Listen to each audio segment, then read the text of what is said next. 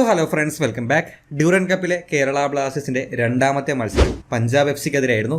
ശരിക്കും ഈ ഒരു ടൈമിൽ വളരെ ക്രൂഷ്യലായിട്ടുള്ള അല്ലെങ്കിൽ വളരെയധികം ആവശ്യമായിട്ടുണ്ടായിരുന്ന ഒരു മാച്ച് പോലെയാണ് എനിക്ക് ഫീൽ ചെയ്തത്. നമുക്കറിയാം, കഴിഞ്ഞ മത്സരം മുംബൈ സിറ്റി എഫ്സിയുടെ റിസർവ് ടീമിനെതിരെ, താരതമ്യേന ദുർബലരായുള്ള ഒരു ടീമിനെതിരെയാണ് നമ്മൾ കളിച്ചത്. റിസൾട്ട് ആ രീതിയിൽ തന്നെയാണ് നമുക്ക് വന്നിട്ടുണ്ടായിരുന്നത്. ആൻഡ് പഞ്ചാബ് എഫ് സി നേടുമ്പോൾ അവർ കുറച്ചുകൂടി സ്ട്രോങ് ആയിട്ടുള്ള ഒരു സൈഡാണ്, ഫോറിൻ പ്ലേയേഴ്സൊക്കെ ഉള്ളൊരു സൈഡാണ്, ISL നിന്ന് വരുന്നൊരു സൈഡാണ്. സോ അത്തരം ഒരു ടീമിനെതിരെ കളിക്കുക, അല്ലെങ്കിൽ അവിടെ നമ്മൾ വീക്ക്നെസ്സുകൾ വരിക, ആ വീക്ക്നെസ്സുകൾ മനസ്സിലാക്കുക എന്ന് പറയുന്നത് ഇതൊരു പ്രീ സീസൺ ആണ് എന്നതുകൂടി നമ്മൾ കണക്കിലെടുക്കുമ്പോൾ തീർച്ചയായിട്ടും ഇമ്പോർട്ടൻ്റ് ആയിട്ടുള്ള ഒരു കാര്യം കൂടിയാണ്. കഴിഞ്ഞ മാച്ച് വലിയൊരു റിസൾട്ടും ഈ ഒരു മാച്ചിൽ ഒരു സമനിലയിലേക്ക് വരുമ്പോൾ പലർക്കും നിരാശയുണ്ടാവും. കളി കണ്ടുകൊണ്ടിരുന്നപ്പോൾ ചില കാര്യങ്ങൾ ശ്രദ്ധിച്ചപ്പോൾ എനിക്കും ഒരു പ്രേക്ഷകൻ എന്ന രീതിയിൽ നിരാശ തോന്നിയിട്ടുണ്ടായിരുന്നു. അത് ടീമിന്റെ ടോട്ടലുള്ള സ്ട്രെങ്ത് ആണെങ്കിലും ടാക്ടിക്കൽ വൈസ് ആയിട്ടുള്ള കാര്യങ്ങളാണെങ്കിലും അതെ. പക്ഷേ നേരത്തെ പറഞ്ഞ പോലെ ഈ 2-3 മാച്ചുകൾ കണ്ടുകൊണ്ട് ടീം പിരിച്ചുവിടാനും കോച്ചിനെ പുറത്താക്കാനൊക്കെ ഒച്ചപ്പാടും ബഹളമൊക്കെ ഉണ്ടാക്കുന്നതിന് മുൻപ് ആ ഒരു ടൈം കൊടുക്കുക. ഇത്തരം വീക്ക്നെസ്സുകൾ ഈ ഒരു സമയത്ത് മത്സരങ്ങൾ തോൽവിയിലേക്ക് പോയില്ലെങ്കിലും വീക്ക്നെസ്സുകൾ കണ്ടെത്തേണ്ടതും അത് ISLന് മുൻപേ നമ്മൾ തിരിച്ചറിഞ്ഞ് പരിഹരിക്കേണ്ടതും അത് നല്ലതാണെന്നേ ഞാൻ പറയുള്ളൂ. എന്തായാലും നമുക്ക് ഈ ഒരു മാച്ചിലേക്ക് വരുമ്പോൾ ഫസ്റ്റ് ഹാഫ് ടോട്ടലി വലിയ രീതിയിലുള്ള ഒരു കൺഫ്യൂഷൻസ് കാണാൻ സാധിക്കുന്നുണ്ടായിരുന്നു. അത് മെയിനായിട്ട് എനിക്ക് ഫീൽ ചെയ്തത് നമ്മൾ കഴിഞ്ഞ മാച്ചിലേതുപോലെ തന്നെ 4-3-3 തന്നെയാണ് ഇവിടെ ഉപയോഗിച്ചത്. പക്ഷേ ഒരു പ്രധാനപ്പെട്ട വ്യത്യാസം, ലൂണയെ ഇപ്രാവശ്യം ആ ഒരു ഫസ്റ്റ് ഹാഫിൽ റൈറ്റ് വിങ്ങിൽ കളിപ്പിച്ചു. യുഹിംബ മീത്തി എന്ന മിഡ്ഫീൽഡറിനെ ലൂണയ്ക്ക് പകരമായിട്ട് അല്ലെങ്കിൽ ലൂണയുടെ അതേ പോസ്റ്റിൽ പ്ലേസ് ചെയ്തു. ഒരു പക്ഷേ ഇങ്ങനെ നമ്മുടെ കോച്ച് ചെയ്യാൻ കാരണം കഴിഞ്ഞ മാച്ചിൽ ഫസ്റ്റ് ഹാഫിൽ നമ്മുടെ റൈറ്റ് വിങ്ങിൽ നിന്ന് വലിയ രീതിയിലുള്ള ആ ഒരു സപ്പോർട്ട് ഉണ്ടായിരുന്നില്ല. കൂടുതലും നോവയും പിന്നെ സെൻട്രലിലൂടെയുള്ള മുന്നേറ്റങ്ങളായിരുന്നു വന്നിട്ടുണ്ടായിരുന്നു. പക്ഷേ ഫുൾ ബാക്കിന്റെ സപ്പോർട്ട് നമുക്ക് റൈറ്റിൽ നിന്നും ഫസ്റ്റ് ഹാഫിൽ കിട്ടിയിട്ടുണ്ടായിരുന്നു. സോ ലെഫ്റ്റിൽ നോവ സപ്പോർട്ട് ചെയ്യുന്നത് പോലെ റൈറ്റിൽ ലൂണയെ വെച്ച് സപ്പോർട്ട് ചെയ്ത് കളിക്കുക, ആ ഒരു ഐഡിയ ആയിരിക്കാം ഒരു പക്ഷേ കോച്ച് ലൂണയെ നമ്മുടെ റൈറ്റ് വിങ്ങിൽ കൊണ്ടിട്ടത്. പക്ഷേ ആ ഒരു സംഭവം അല്ലെങ്കിൽ ആ ഒരു ടാക്ടിക്സ് വലിയ രീതിയിൽ കൺഫ്യൂഷൻസിലേക്ക് വരുന്ന പോലെയാണ് ഫീൽ ചെയ്തത്. നമ്മുടെ ഫസ്റ്റ് ഹാഫ് ഒന്ന് സമ്മറൈസ് ചെയ്യുകയാണെങ്കിൽ ബ്ലാസ്റ്റേഴ്സിന്റെ മുന്നേറ്റങ്ങളുടെ ഒരു 90% പോയിരുന്നത് നോവയിലേക്കായിരുന്നു. ലെഫ്റ്റ് വിങ്ങിൽ നോവക്ക് പാസ് കൊടുക്കുന്നു, അദ്ദേഹം എങ്ങനെയെങ്കിലും ഡ്രിബിൾ ചെയ്ത് ഓവർലാപ്പ് ചെയ്യാൻ ശ്രമിക്കുന്നു, ക്രോസ് അകത്തേക്ക് കൊടുക്കുന്നു, പക്ഷേ കണക്ട് ചെയ്യാൻ ആരുണ്ടാവില്ല. ഈ ഒരു പാറ്റേണിലുള്ള മുന്നേറ്റങ്ങളായിരുന്നു കൂടുതലുണ്ടായിരുന്നത്. ആൻഡ് ഇവിടെ ലൂണെ റൈറ്റിലേക്ക് കൊണ്ടുവന്നു കഴിഞ്ഞപ്പോൾ ലൂണ എന്ന് പറയുന്ന ഒരിടത്ത് നിൽക്കാത്തൊരു പ്ലെയറാണ്. സോ അദ്ദേഹം പലപ്പോഴായിട്ട് ഈ പറഞ്ഞ പോലെ അവിടെ നിന്ന് ഫ്രീ റോളിൽ കളിക്കാൻ ശ്രമിക്കുന്നത് പോലെ ഫീൽ ചെയ്തു. ആ റൈറ്റ് വിങ് വിട്ടിട്ട് പലപ്പോഴും ഈ പറഞ്ഞ പോലെ ഇൻസൈഡിലേക്ക് വരുന്നതും സെൻറ്ററിലേക്ക് വരുന്നതും അങ്ങനെയുള്ള പോർഷൻസ് ലൂണ എടുക്കുന്നുണ്ടായിരുന്നു. ഓട്ടോമാറ്റിക്കലി അവിടെ ആ ഒരു പോർഷൻ കവർ ചെയ്യേണ്ടത് ഇപ്പോൾ യോഹിംബയുടെ സൈഡിലേക്കാണ് ലൂണ വരുന്നതെങ്കിൽ യോഹിംബയാണ് ആ റൈറ്റ് വിങ്ങിലേക്ക് പോകേണ്ടിരുന്നത്. പക്ഷേ പല സമയത്തും ആ റൈറ്റ് വിങ് വേക്കൻ്റ് ആയി പോകുന്നത് പോലെയും ഫസ്റ്റ് മാച്ച് പോലെ തന്നെ വീണ്ടും ആ റൈറ്റ് വിങ് നിർജ്ജീവമായിട്ട് പോകുന്ന ഒരു അവസ്ഥ ഉണ്ടായിരുന്നു. പക്ഷേ ഇവിടെ സംഭവിച്ചൊരു കാര്യം, കഴിഞ്ഞ മാച്ചിൽ റൈറ്റ് വിങ് മാത്രമായിരുന്നു പ്രശ്നം ഉണ്ടായിരുന്നത്. ലൂണയും ഡാനിഷ് ഫാറൂഖും നന്നായിട്ട് കളിച്ചതുകൊണ്ട് സെൻറ്ററിലൂടെയുള്ള മുന്നേറ്റങ്ങളും അവിടെ നിന്ന് അസിസ്റ്റുകളും ഗോൾ ചാൻസസും നമ്മൾ കണ്ടിരുന്നു. പക്ഷേ ഇവിടെ ലൂണ സെൻറ്ററിലും അല്ല റൈറ്റിലും അല്ല ആ രീതിയിലേക്ക് മാറുകയും പകരം വന്ന യോഹിംബക്ക് അവിടെ കാര്യമായ രീതിയിൽ സെൻറ്ററിലേക്ക് ഫ്രണ്ടിലേക്ക് ചാൻസസ് ക്രിയേറ്റ് ചെയ്യാൻ പറ്റാതെ വരികയും ചെയ്തു. സോ ഇവിടെ റൈറ്റ് വിങ്ങും ആബ്സെൻ്റായി, സെൻറ്ററും ആബ്സെൻ്റായി, ടോട്ടലി വിങ്ങിലേക്ക്, അതും ലെഫ്റ്റിൽ നോവയിലേക്ക് മാത്രം ആശ്രയിക്കേണ്ട ഒരു സിറ്റുവേഷനിലേക്ക് എത്തി. സോ ഇതാണ് നമ്മൾ ഫസ്റ്റ് ഹാഫിൽ മെജോറിറ്റി ടൈമിലും കാണുന്നൊരു കാഴ്ച. മിഡിൽ നമുക്ക് ആ ഒരു കൺട്രോൾ നഷ്ടപ്പെട്ടു ആൻഡ് ക്രിയേറ്റിവിറ്റിയും നമുക്ക് നഷ്ടപ്പെട്ടു. സോ മിഡ് എത്രത്തോളം ഇമ്പോർട്ടൻ്റ് ആണെന്നുള്ളത്, ആ ഒരു മിഡ് 3 അവിടുത്തെ കൺട്രോളും ക്രിയേഷനും എത്രത്തോളം ഇമ്പോർട്ടൻ്റ് ആണെന്നുള്ളത് ഇന്നലെ രാവിലെ തന്നെ ഒരു വീഡിയോ ചെയ്തിട്ടുണ്ടായിരുന്നുള്ളൂ. സോ ആ ഒരു പ്രശ്നമാണ് ഈ ഒരു മാച്ചിൻ്റെ ഫസ്റ്റ് ഹാഫിലുടനീളം നമുക്ക് കാണാൻ സാധിച്ചത്. പക്ഷേ അവിടെയും ഈ ഹോൾഡിങ് അല്ലെങ്കിൽ ആ ഒരു ഡിഫൻസീവ് മിഡ് പോർഷൻ കളിച്ച ഫ്രെഡി, അത് ഈ ഒരു മാച്ചിലുടനീളം അദ്ദേഹം അത്യാവശ്യം നീറ്റായിട്ട് തന്നെ ആ ഒരു പോർഷൻ കൈകാര്യം ചെയ്തതുപോലെയാണ് ഫീൽ ചെയ്തത്. നമ്മൾ പ്രത്യേകിച്ച് പറഞ്ഞിട്ടുണ്ടായിരുന്നു അദ്ദേഹത്തിൻ്റെ ഫിസിക്കൽ സ്ട്രെങ്ത്തും അതുപോലെ തന്നെ ഒറ്റക്കായി പോകുന്ന സിറ്റുവേഷൻസിൽ 1v1 ബാറ്റിൽസിലൊക്കെ അദ്ദേഹം എങ്ങനെ പെർഫോം ചെയ്യുന്നുള്ളത് കാത്തിരുന്ന് കാണേണ്ട കാര്യമാണെന്നുള്ളത്. അവിടെ കുറച്ചുകൂടി ഫിസിക്കൽ സ്ട്രെങ്ത് വെച്ച് കളിക്കുന്ന അല്ലെങ്കിൽ സ്ട്രോങ് ആയുള്ള ടീമായുള്ള പഞ്ചാബ് എഫ്സിക്കെതിരെ അത്യാവശ്യം ഡീസൻ്റ് ആയിട്ട് തന്നെ ഫ്രെഡി പിടിച്ചു നിന്നത് പോലെയാണ് ഫീൽ ചെയ്തത്. ആൻഡ് അദ്ദേഹത്തിൻ്റെ ഒരു നല്ല ഷോട്ട് ഉണ്ടായിരുന്നു, ക്രോസ് ബാറിൽ തട്ടി നല്ലൊരു ഉഗ്രൻ അറ്റംപ്റ്റ് ഉണ്ടായിരുന്നു. ചില ലോഫ്റ്റഡ് പാസുകൾ, ഒരു ഡീപ് ലൈൻ പ്ലേ മേക്കർ കളിക്കുന്നത് പോലെ ഒരുപാടൊന്നുമില്ല, 1-2 പാസുകൾ അതങ്ങനെ കളിക്കാൻ ശ്രമിക്കുന്നുണ്ടായിരുന്നു. പ്ലസ് ആ ഒരു ഡിഫൻസീവ് സൈഡ് ആണെങ്കിലും ആ ഹോൾഡിങ്, ആ ഒരു ബിൽഡപ്പിൻ്റെ സിറ്റുവേഷൻസിലൊക്കെ ആണെങ്കിലും അത്യാവശ്യം നല്ല രീതിയിലുള്ള ഒരു കൺട്രോളും കൊണ്ടുവരുന്നുണ്ടായിരുന്നു. സോ നമ്മൾ ഇന്നലത്തെ വീഡിയോയിൽ സംസാരിച്ച് ആ ഒരു റിക്കവറീസും ബിൽഡപ്പും അത്യാവശ്യം നന്നായിട്ട് വന്നു. പക്ഷേ ആ ഒരു ക്രിയേഷനും കൺട്രോളുമാണ് ഈ ഒരു മാച്ചിൽ മിഡിൽ നിന്ന് മിസ്സായത്. ആൻഡ് സെക്കൻഡ് ഹാഫിലേക്ക് വന്നപ്പോൾ ഒട്ടും സമയം കളയാതെ ഫസ്റ്റ് മിനിറ്റിൽ തന്നെ ആ ഒരു ചേഞ്ച് വന്നു. യോഹിംബയ്ക്ക് പരമായിട്ട് എയ്മൻ വന്നു, ലൂണ തിരിച്ച് ആ ഒരു സെൻറ്ററിലേക്ക് വന്നു, റൈറ്റ് വിങ്ങിൽ ഒരു സ്പെസിഫിക് പ്ലെയർ വരികയും ചെയ്തു. ആൻഡ് അതിൻ്റെ ഈ പറഞ്ഞ പോലെ ചേഞ്ച്, ആ ഒരു ചേഞ്ച് കൊണ്ടുവന്ന ഒരു ഇമ്പാക്ട് സെക്കൻഡ് ഹാഫിന്റെ തുടക്കത്തിൽ നമുക്ക് കാണാൻ സാധിക്കുന്നുണ്ടായിരുന്നു. അതിനുശേഷം നമ്മൾ ലൂണെ കുറച്ചുകൂടി സെൻട്രലി അദ്ദേഹത്തിന്റെ പൊസിഷനിങ് അദ്ദേഹത്തിനും മറ്റ് പ്ലേയേഴ്സിനും ഒരു ഐഡിയ കിട്ടുന്നത് പോലെ മാറുന്നുണ്ടായിരുന്നു.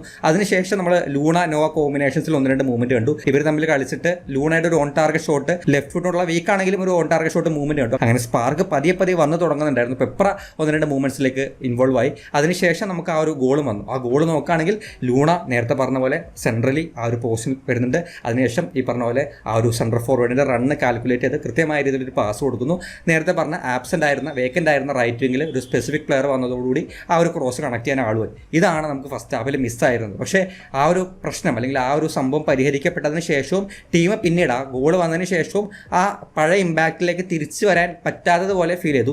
അതിനുള്ള പ്രധാനപ്പെട്ട കാരണമായിട്ട് തോന്നിയത് ഈ വിങ്ങിലൂടെയുള്ള മൂവ്മെൻറ്റ്സിൻ്റെ ഒരു കുറവാണ്. കഴിഞ്ഞ മാച്ചിൽ നമ്മൾ അടിച്ച ഗോളുകളിൽ അല്ലെങ്കിൽ വന്ന മൂവ്മെൻറ്റ്സിൽ ഒരു 50-50 എന്ന രീതിയിൽ സെൻട്രലിലൂടെയുള്ള മൂവ്മെൻറ്റ്സിനൊപ്പം തന്നെ റൈറ്റ് വിങ്ങിലും ലെഫ്റ്റ് വിങ്ങിലും ഫുൾ ബാക്ക് ഓവർലാപ്പ് ചെയ്യുന്നതും അല്ലെങ്കിൽ വിങ്ങേഴ്സ് ലെഫ്റ്റിൽ പിന്നെ നോവ ഉണ്ടായിരുന്നു, റൈറ്റിലെ ഈമനോ അവരുടെ കോമ്പിനേഷനിൽ വന്നിട്ടുള്ള ഗോളുകൾ ഉണ്ടായിരുന്നു. ആൻഡ് റൈറ്റ് വിങ്ങിൽ നോവ പോകുമ്പോഴും അവിടെ നിന്നും ഈ പറഞ്ഞ പോലെ കോൺട്രിബ്യൂഷൻസ് വരുന്നുണ്ടായിരുന്നു. സോ ആ ഒരു ബാലൻസ് സെൻട്രലിലൂടെയുള്ള മൂവ്മെൻറ്റ്സിലേക്ക് മാത്രം ഒതുങ്ങി പോകാതെ വിങ്ങിലേക്ക് പോയി അവിടെ നിന്ന് ക്രോസുകൾ ബോക്സിനകത്തേക്ക് വരുന്ന സംഭവം നമ്മൾ കഴിഞ്ഞ മാച്ചിൽ ഒരുപാട് കണ്ടിരുന്നു. പക്ഷേ അത് ഈ ഒരു മാച്ചിൽ മിസ്സായിരുന്നു.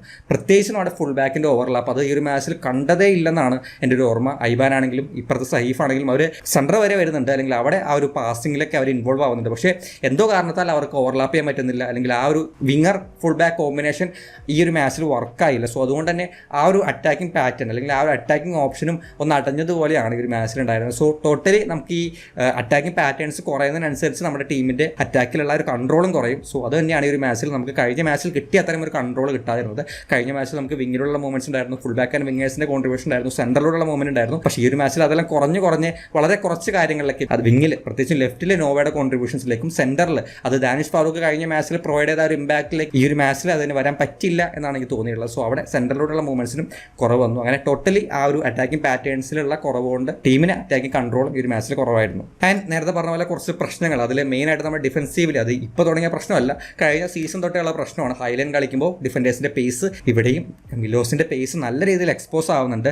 അദ്ദേഹത്തിന് ഓടിയെത്താൻ പറ്റാത്ത രീതിയിലേക്ക് പല സിറ്റുവേഷൻസിലും മാറുന്നുണ്ടായിരുന്നു. സോ കൊയ്ഫ് എത്രയും പെട്ടെന്ന് വന്ന് ചാർജ് എടുക്കേണ്ടതിൻ്റെ ഒരു ആവശ്യമാണ്. ആ പേസിൻ്റെ പ്രശ്നം ഒരുപക്ഷെ കൊയ്ഫിനെ പരിഹരിക്കാൻ പറ്റിയേക്കും. മിലോസ് ബാക്കിയുള്ള സിറ്റുവേഷൻസിൽ അദ്ദേഹം പെർഫോം ചെയ്യുന്നുണ്ടെങ്കിലും ഈ പേസിൻ്റെ കാര്യത്തിലേക്ക് വരുമ്പോൾ അല്ലെങ്കിൽ ഹൈലൈൻ കളിക്കുമ്പോൾ പ്ലേയേഴ്സിനെ ട്രാക്ക് ചെയ്യുന്ന കാര്യത്തിലേക്ക് വരുമ്പോൾ അവിടെ അദ്ദേഹം വലിയ രീതിയിൽ പരാജയപ്പെടുന്നുണ്ട്. ശരിക്കും പറഞ്ഞാൽ ഒരുപാടൊന്നും ഈ ഒരു മാച്ചിൽ നമ്മുടെ ഡിഫൻസ് എക്സ്പോസ് ആയിട്ടില്ല. നമ്മുടെ വീക്ക്നെസ്സുകൾക്ക് അനുസരിച്ച് ഇപ്പോഴും ടീം എക്സ്പോസ് ആയിട്ടില്ല എന്നാണ് എനിക്ക് തോന്നിയിട്ടുള്ളത്. അതുപോലെ തന്നെ ഇപ്പോൾ ഫുൾ ബാക്ക് ഒരുപാടൊന്നും ഓവർലാപ്പ് ചെയ്ത് പോകുന്നില്ലെങ്കിലും വിങ്ങിലൂടെയുള്ള സ്പേസ് നമുക്ക് ഈ ഒരു മാച്ചിൽ കാണാൻ സാധിക്കുന്നുണ്ടായിരുന്നു. നിഹാൽ സുധീഷിൻ്റെ പേസ് നല്ല രീതിയിൽ പലപ്പോഴും സൈഫ് കുറേയൊക്കെ പിടിച്ചു നിർത്തുന്നുണ്ടെങ്കിലും ഈ ചില സമയത്ത് നോവ വന്ന് ഡിഫെൻഡ് ചെയ്യുന്ന സിറ്റുവേഷൻസ് ഉണ്ടായിരുന്നു. സോ വിങ്ങിലൂടെയുള്ള മൂവ്മെൻറ്റ്സ് നമ്മൾ ഇനി കാണാനിരിക്കുന്നതേ ഉള്ളൂ എന്നാണ് എനിക്ക് തോന്നിയിട്ടുള്ളത്. കാരണം 4-3-3 ഏത് ടീം 4-3-3 കളിച്ചാലും അവിടെ വിങ്ങിലെ സ്പേസ് വലിയ രീതിയിൽ പ്രശ്നമാവാറുണ്ട്. ഈ ഫുൾ ബാക്ക് ആൻഡ് വിങ്ങേഴ്സ് കോമ്പിനേഷനിൽ അവർ മുന്നോട്ട് പോകുമ്പോൾ ഓട്ടോമാറ്റിക്കലി ഏത് ടീം കളിച്ചാലും അവിടെ ഒരു വിങ്ങിലെ പ്രശ്നം വരും. അത് എങ്ങനെ വരുമെന്നും അത് എങ്ങനെ മറികടക്കും എന്നുള്ളതും നമ്മൾ ഇനി കുറച്ചുകൂടി സ്ട്രോങ് ആയിട്ട് ടീമുകൾക്കെതിരെ നേരിടുമ്പോൾ നമ്മൾ കാണാൻ സാധിച്ചേക്കും. ആൻഡ് ഈ ഒരു മാച്ചിൽ പെർഫോമൻസ് വൈസ് എന്നെ സാറ്റിസ്ഫൈ ചെയ്ത 1-2 പ്ലേയേഴ്സ് ഉണ്ട്. അതിൽ ഒന്നാമത്തത് സോംകുമാറാണ്. നമുക്ക് ഗോൾ കീപ്പിംഗ് പൊസിഷൻ കഴിഞ്ഞ സീസണിൽ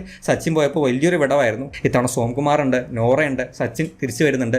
നമ്മൾ അദ്ദേഹത്തെ പറ്റി സംസാരിച്ചപ്പോൾ ആ ഒരു കോൺഫിഡൻസ് ഫാക്ടർ വളരെയധികം എടുത്തു പറഞ്ഞതാണ്. ഫസ്റ്റ് മാച്ചിലും 1-2 തവണ മാത്രമാണ് ഫ്രെയിമിൽ അദ്ദേഹത്തെ കണ്ടിട്ടുള്ളൂ എങ്കിലും ആ ടൈമിൽ അതിൻ്റെ കമാൻഡിങ്ങും ആ സമയത്തുള്ള അദ്ദേഹത്തിൻ്റെ ആ ഒരു കോൺഫിഡൻസും നമുക്ക് കാണാൻ സാധിക്കുന്നുണ്ടായിരുന്നു. ഈ ഒരു മാച്ചിൽ നിർണായകമായുള്ള 1-2 സേവുകൾ അദ്ദേഹം നടത്തി. അതോടൊപ്പം തന്നെ നേരത്തെ പറഞ്ഞ പോലെ ഒരു യങ് പ്ലെയറിന് വേണ്ട കോൺഫിഡൻസ് ഫാക്ടർ നമ്മൾ അദ്ദേഹത്തിൽ കാണുന്നുണ്ട്. അത് മതി. ആ ഒരു സംഭവം ഉണ്ടെങ്കിൽ ഈ തെറ്റുകൾ വന്നാലും അത് പരിഹരിക്കാനും അത്ഭുതങ്ങൾ കാണാനൊക്കെ ഉള്ളൊരു പോസിബിലിറ്റി ഉണ്ട്. അത് തന്നെയാണ് നമ്മൾ ഗില്ലിൻ്റെ കാര്യത്തിലും സച്ചിൻ്റെ കാര്യത്തിലും കണ്ടത്. സോ സോംകുമാർ ചരിത്രം ആവർത്തിക്കുക എന്നുള്ളത് നമുക്ക് ISL കാണാം. എന്തായാലും ഒരു ഹോപ്പ് കിട്ടുന്നുണ്ട്, അല്ലെങ്കിൽ ഒരു സ്പാർക്ക് അദ്ദേഹം തരുന്നുണ്ട്. അതുപോലെ തന്നെ സൈഫും അതിൻ്റെ പൊസിഷൻ കഴിഞ്ഞ മാച്ചിൽ വിട്ടുപോയതാണ് പറയാൻ.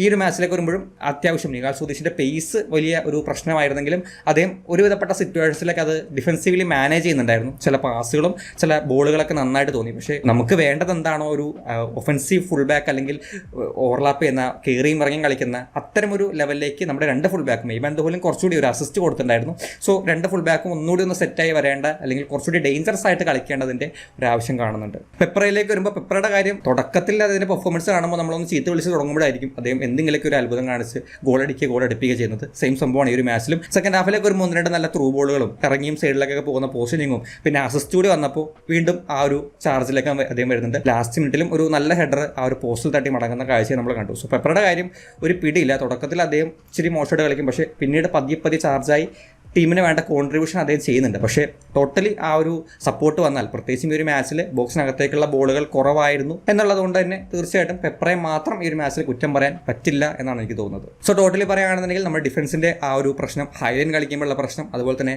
ഫുൾ ബാക്ക് ഓവർലാപ്പ് ചെയ്യുമ്പോൾ വിങ്ങിൽ വരുന്ന സ്പേസ്, അതുപോലെ തന്നെ ഫുൾ ബാക്ക് വിങ്ങർ കോമ്പിനേഷൻസ് കുറഞ്ഞു കഴിഞ്ഞാൽ സെൻറ്ററിലൂടെ മാത്രം ഫോക്കസ് ചെയ്യുമ്പോൾ അവിടെ വേണ്ട അറ്റാക്കിലെ ഓൾട്ടർനേറ്റ് പ്ലാനുകൾ, ഇതെല്ലാം ഒരു വീക്ക്നെസ് രൂപത്തിൽ നമുക്ക് ഒരു മാച്ചിൽ കാണാൻ സാധിച്ചിട്ടുണ്ട്. ഇവിടെ കാണുന്ന പ്രശ്നങ്ങൾ എത്രയും പെട്ടെന്ന് പരിഹരിച്ച് അതിനൊരു കൗണ്ടർ പ്ലാനൊക്കെ ഉണ്ടാക്കി തിരിച്ചു വരാൻ നമ്മുടെ സ്റ്റാർക്ക് സാധിക്കുമെന്ന് പ്രതീക്ഷിക്കാം. അടുത്ത മാച്ച് ഒരു മസ്റ്റ് വിൻ മാച്ചാണ്. എന്തായാലും ഈ ഒരു മാച്ചിൽ നിങ്ങളെ നോട്ടീസ് ചെയ്തിട്ടുള്ള ഇതല്ലാതെയുള്ള കാര്യങ്ങളുണ്ടെങ്കിൽ കമന്റ് ബോക്സിൽ ഷെയർ ചെയ്യാൻ ശ്രമിക്കാം. നമുക്ക് എന്തായാലും മറ്റു വീഡിയോയിൽ കാണാം.